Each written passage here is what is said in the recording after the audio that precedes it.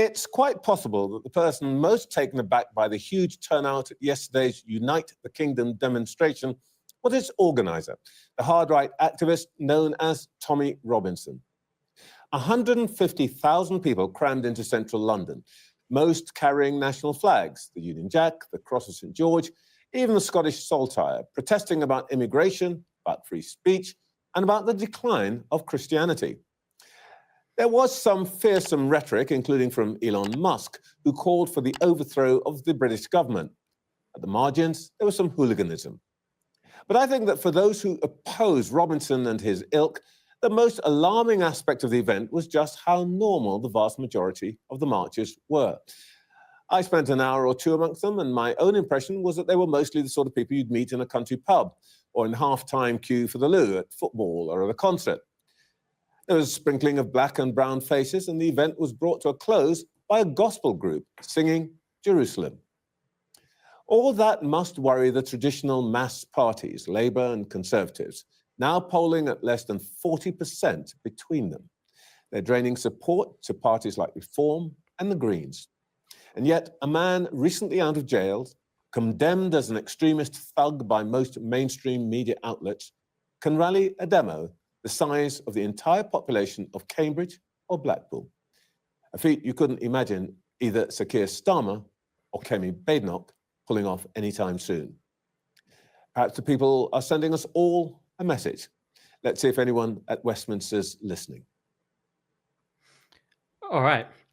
Quite interesting. So a few things spring out to me, Paul, and then I'll let you go. I mean, obviously, when he starts by saying hard right about Tommy Robinson, silliness, really, because he's It's about the softest they're willing to do. He can probably get away with it, Sky. I think that's, kudos is what I would say to that.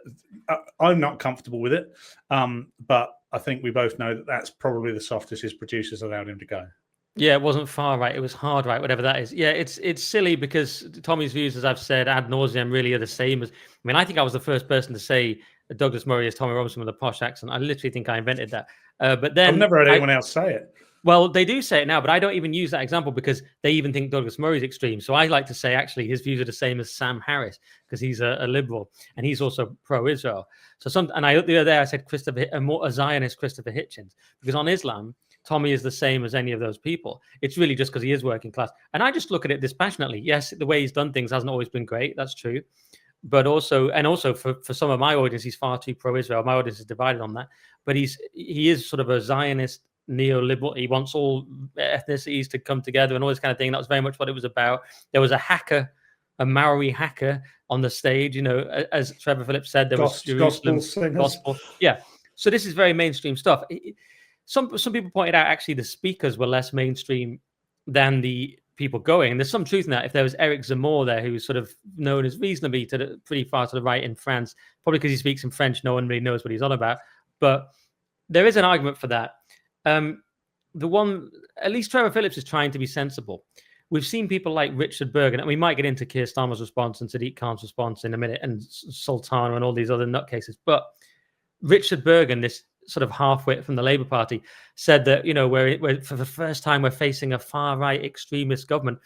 And we'll get on to later how Reform is basically just the Tories. So we're a far-right extremist government consisting of the people that were in the last government, like Danny Kruger, Lee Anderson, Sarah Pochin. They're all far-right extremists now. It's the same people. So it's complete nonsense. And if you look at the number of people going to it, who are these people?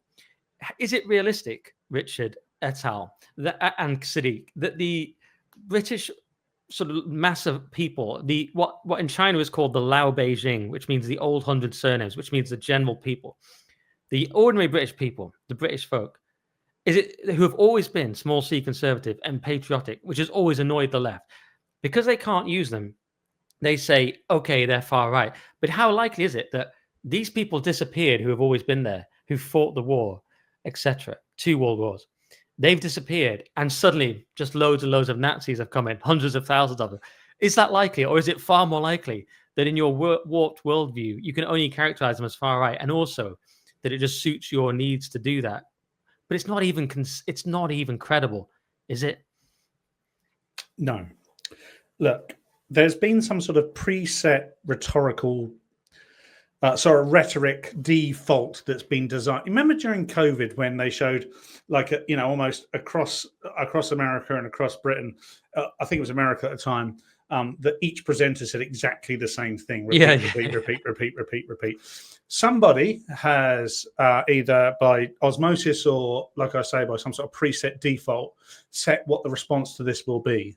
They have decided very quickly, irrespective of all the things that went on last week and how dangerous rhetoric like that can be, they've decided very quickly that the rhetoric will be far right, thuggery, dangerous, fascism, 2 steps away from the nastiest things you can imagine. Must stop it now. If we don't stop it now, the end is nigh. And they're all parroting it. It's going to take somebody of, substantial critical thinking to stand out on the left and say, well, hang on a minute. Trevor Phillips there, incredibly articulate in describing how that looks to the standard person on the streets who's still not engaged with it, okay?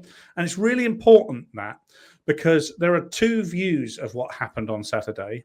One is what we've been allowed to see across all media, including GB News, showing sort of aspects of violence, aspects of far right stuff.